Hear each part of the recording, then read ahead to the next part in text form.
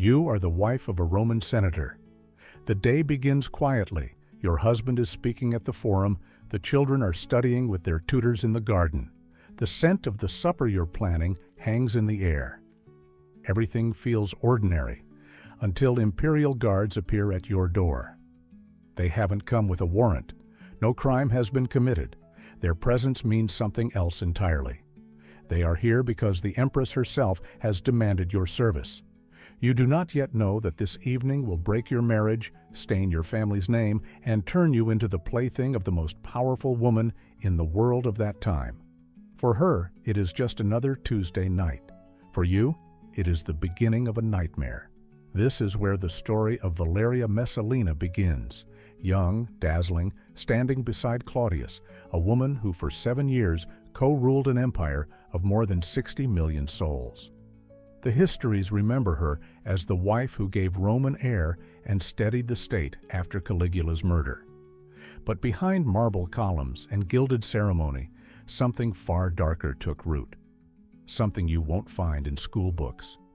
Chroniclers of the era, even those hardened to slavery and violence, struggled to capture what unfolded behind the locked doors of the imperial palace. Messalina was not merely a bored libertine drunk on power. She built what today would be called a machinery of psychological domination, a carefully engineered network of entertainments for the elite, where life and dignity were tallied like entries in a ledger. What you are about to hear is not legend.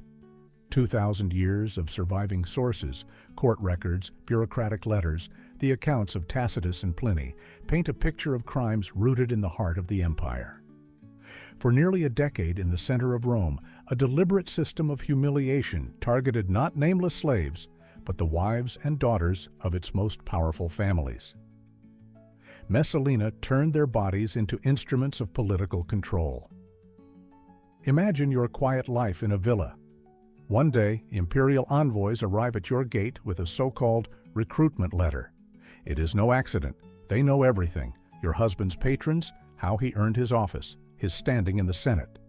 They hold your family's file and know whether you can refuse. It lists your appearance, lineage, even your temperament, meant to predict who will yield to pressure and who might resist. The moment you are chosen, the performance begins. They tell you it is an exceptional honor. The Empress herself has recognized your loyalty to Rome. Refusal? It would be dangerous, not only for you, but for your husband's career, your children's future, your house's standing.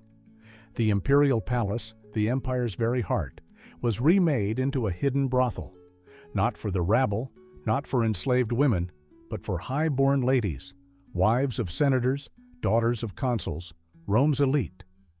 What was labeled honor became a weapon.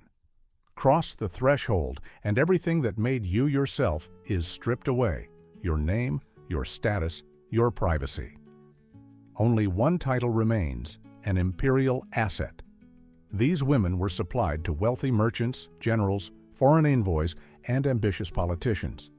They paid obscene sums precisely because they slept with a senator's wife. Behind the curtain, Messalina kept ledgers, set schedules, tracked revenue. This was no chaos. It was a system, organized and audited. In time, the palace became an arena. Messalina inaugurated a new kind of spectacle, contests where aristocratic women were pitted against professional prostitutes. Pliny the Elder preserves the most infamous episode.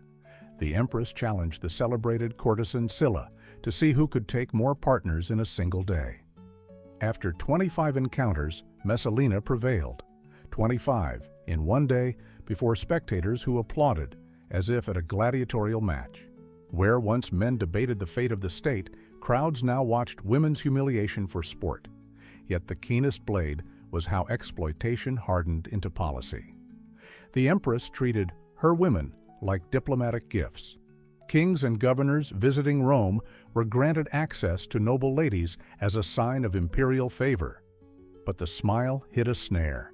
Every act, every night was recorded, an archive for future blackmail. You slept with a senator's wife? Now you belong to us. Thus the web spread far beyond the capital. Provincial governors copied the model, creating local versions of the palace harem. The empire was laced with a structure that made sexual humiliation part of administrative order.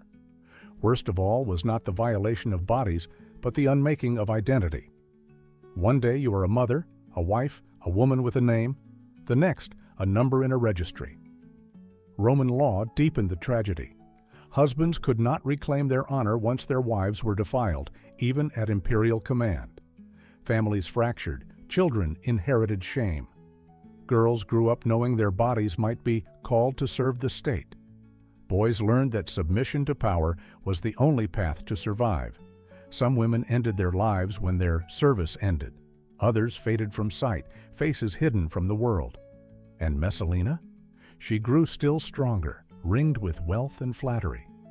You may wonder, how could this endure so long in full view of Rome? This is only the beginning of her story. Messalina's power did not shout, it calculated. It ran on cold planning, bureaucratic drill, and a carefully tended language of appearances that rebranded violence as merit and blackmail as proof of loyalty to the state. In that vocabulary, humiliation became a duty, and silence the price entire families paid to survive in the shadow of the Palatine. This is how a regime grows that looks like administration, yet works like a machine grinding down human dignity. Over everything loomed the threat of public spectacle, because Messalina could turn suffering into entertainment and entertainment into political currency. In time, viewing galleries emerged inside the palace, where invited notables observed precision-staged contests and endurance trials, grotesquely likened to gladiatorial bouts. The loudest echo is the tale recorded by Pliny the Elder, a contest between the empress and a famed courtesan to see who could take more partners in a single day, ending with Messalina's victory after 25 encounters. It was no mere whisper of gossip, but a motif that runs through sources and later readings, still raising questions about credibility, and about how far this theater of power truly went. At the core of her dominance lay an archive, registers of names, tastes, debts, favors, and fears, raw material for weaving invisible webs of dependency. Every provincial guest, every envoy from a foreign court could be bound by a single gesture of favor and a single report filed in the palace's secret cabinets. A liaison with a Roman matron became the thread by which to pull an entire web, because once recorded, an event did not vanish. It returned at the most opportune moment, to force a vote, extract a concession, seize an estate, or crush an ambition. Privacy became an extension of power.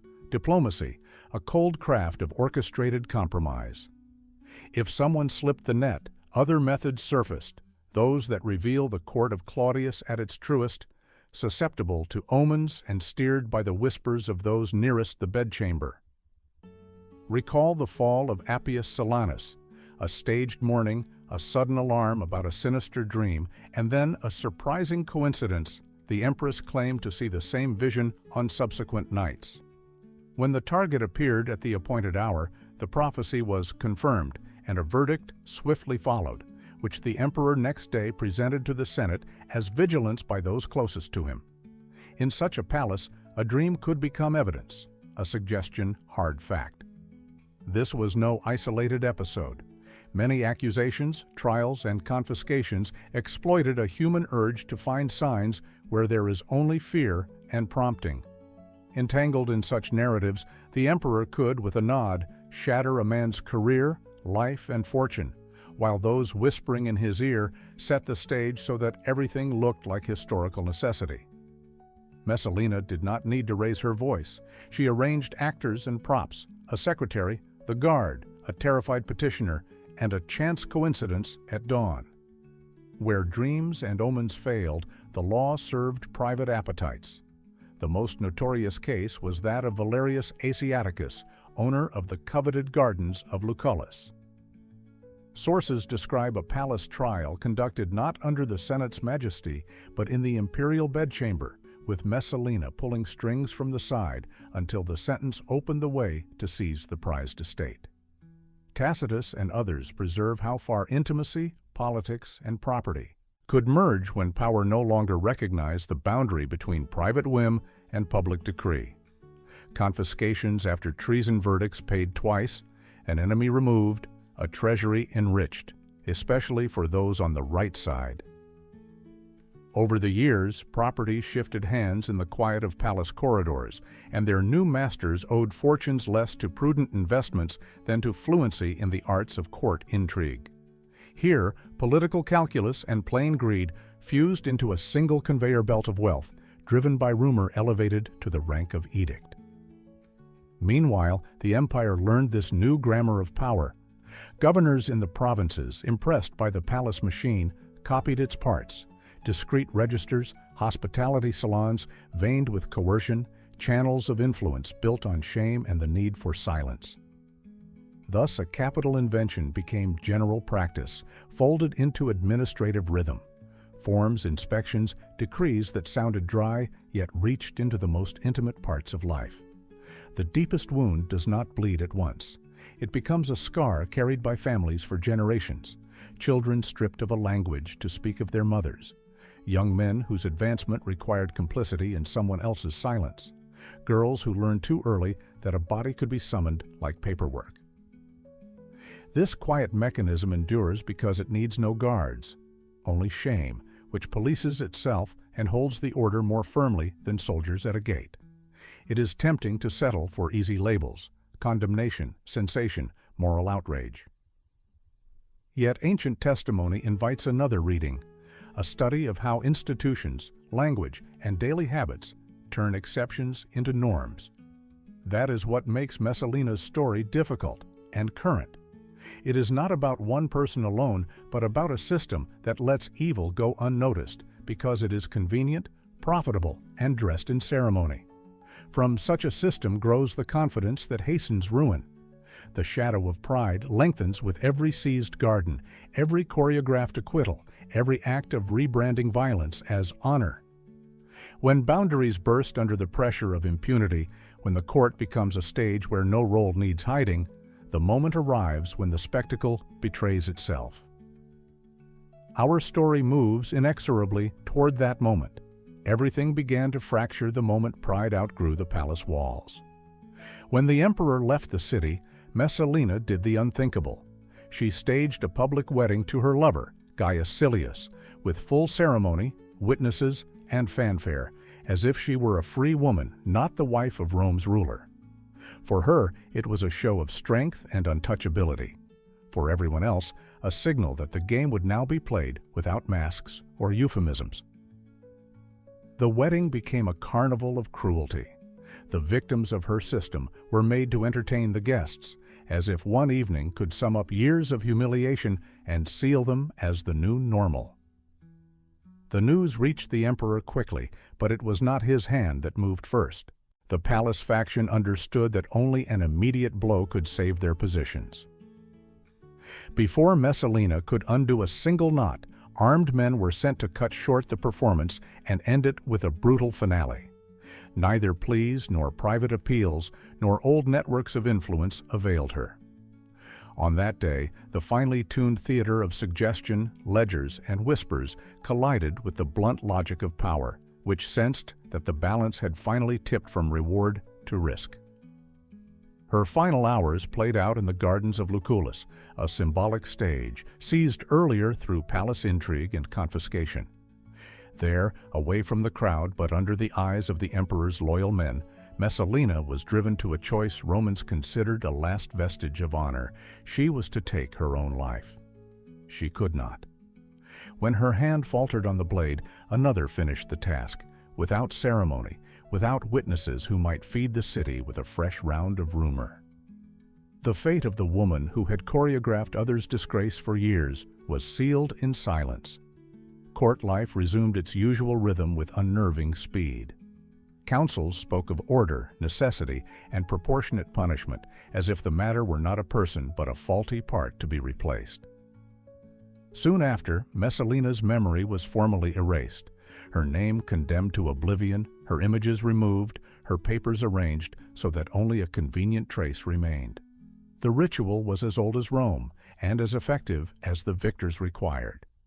For her children and kin, a new era opened, fresh arrangements, political marriages, accelerated decisions about succession.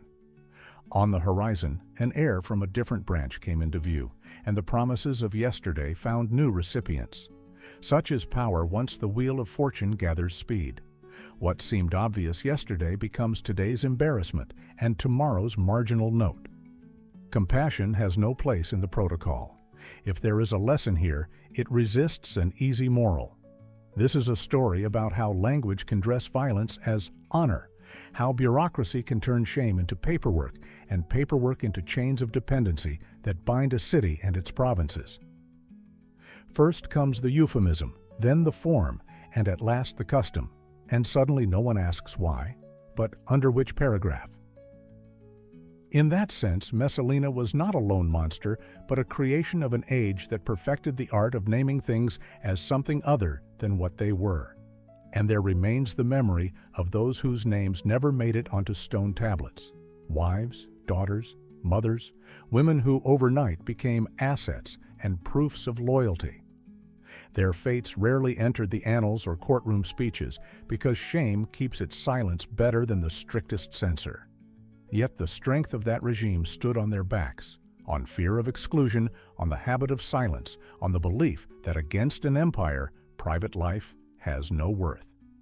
Could something like this return in another form? Look not to purple and palaces, but to mechanisms. Wherever shame becomes an instrument of politics, archives are wielded as weapons, and public spectacle hides private harm, the same warning light begins to flash. Fashions and languages change, the logic does not. First normalize, then formalize, then call it ordinary. And Rome? Rome endured, as it always did, by absorbing its own disgraces into fresh narratives. Old gardens became stages for new triumphs, palaces filled with different whispers and newer promises. Yet one echo does not fade, the echo of names no one wished to remember and stories no one chose to write down. If this tale offers any hope, it is that even after many centuries, we can still call things by their names and return a voice to those from whom it was taken.